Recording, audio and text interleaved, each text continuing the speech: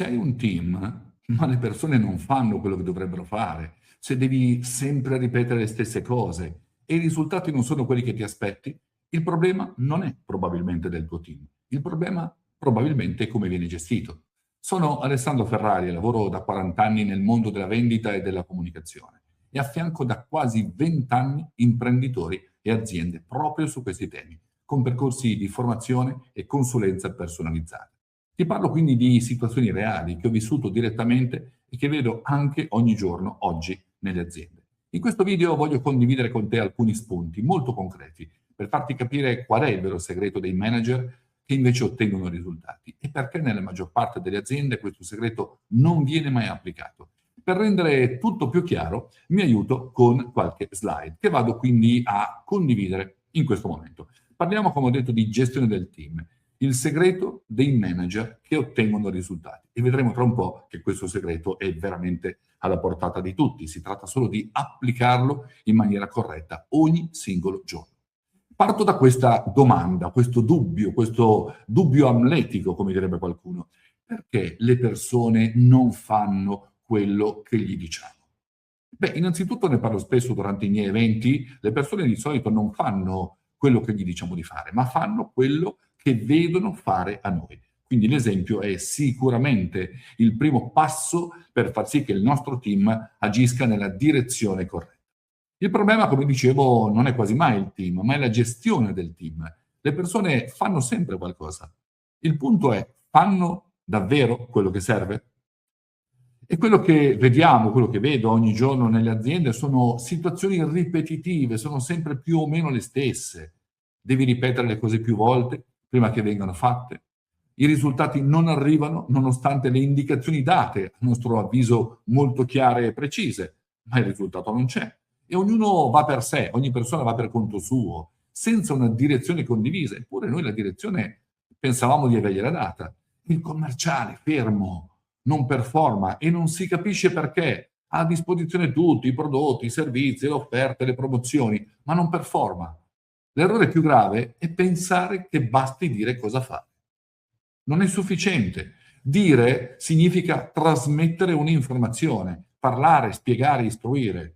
Invece far fare significa creare un comportamento reale, generare azioni concrete, ottenere quindi risultati. Dire non equivale a fare. Questa distinzione cambia tutto nella gestione di un team. Il segreto vero quindi è agire e far agire le persone. Non basta comunicare, la comunicazione da sola non produce risultati tangibili. Dobbiamo creare un comportamento. Il vero obiettivo quindi è trasformare le parole in azioni concrete e misurabili. Questo può fare una grande differenza.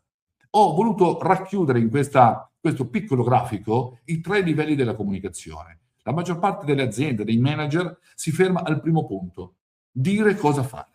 Istruzioni chiare, operative, magari dettagliate, fantastico, ma non è sufficiente. Bisogna spiegare perché, cioè motivare con ragione e contesto, cioè spiegare alle persone non solo cosa devono fare, ma perché lo devono fare. Quali risultati produce il fatto che loro facciano le azioni in modo corretto.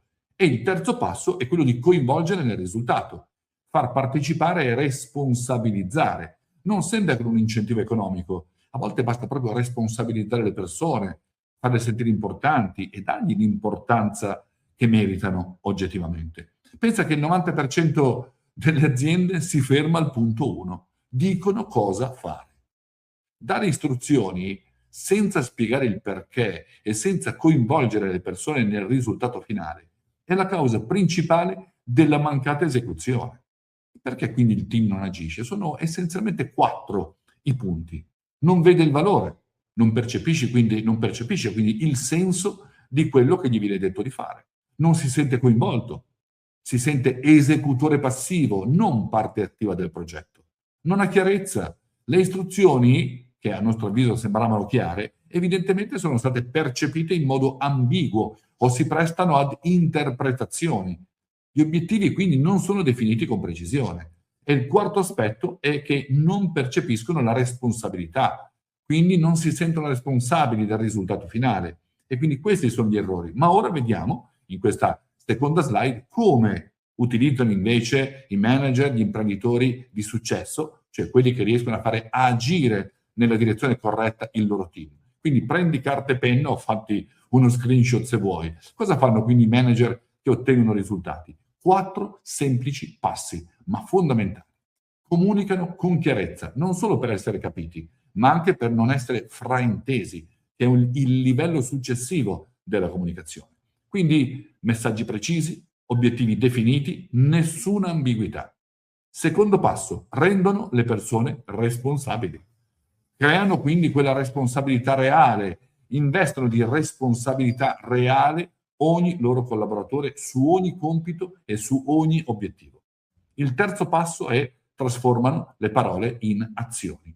Ogni conversazione si chiude sempre con un'azione concreta e misurabile da fare un secondo dopo. Quarto aspetto, fondamentale, monitorano i comportamenti, non solo i risultati finali, ma i comportamenti che li generano.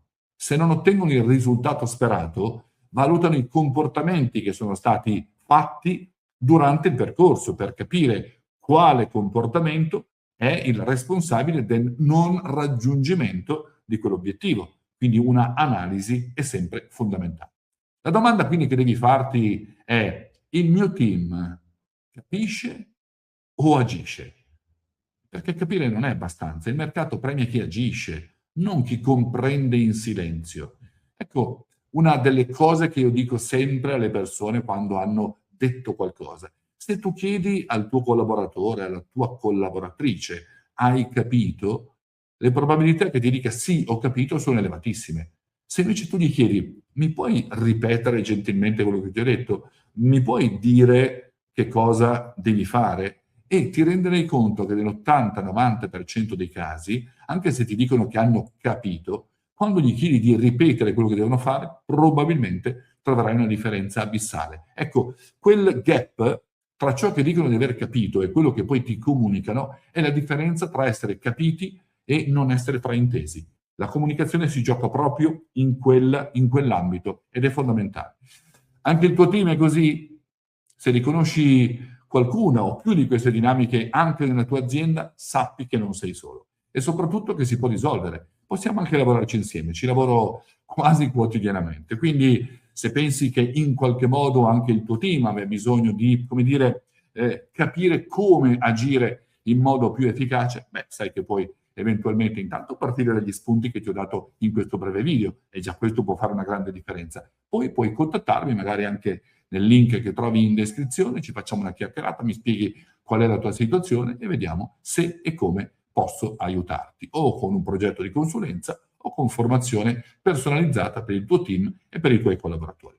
Per il momento ci fermiamo qui. Se questo video in qualche modo ti ha dato qualche spunto interessante, ti invito magari a mettere un like, a te non costa nulla, ma sicuramente contribuisce a diffondere di più questo video. E se questi argomenti ti interessano, visto che pubblico settimanalmente nuovi video, il mio suggerimento è attiva la campanella, iscriviti al canale, così sarai sempre aggiornato o aggiornata su tutti i nuovi video che vado a pubblicare.